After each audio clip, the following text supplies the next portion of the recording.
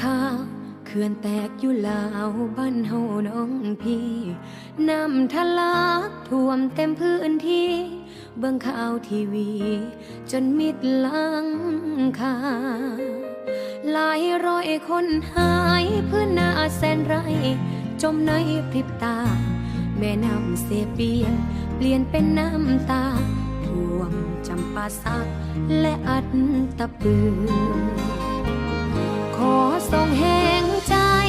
ให้พี่น้องชาวลาวเด้อจ้าทานน้ำใจกำลังไปหาโครงถาจะข่าวเด้อผู้ประสบภัย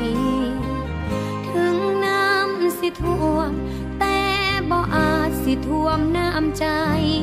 ส่งใจไปซอยขอให้ปลอดภัยเด้อ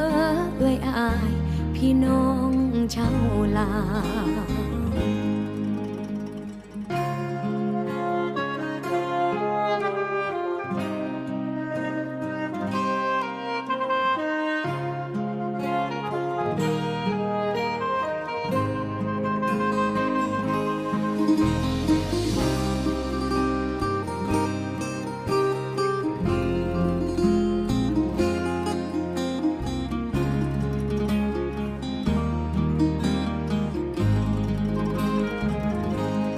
ได้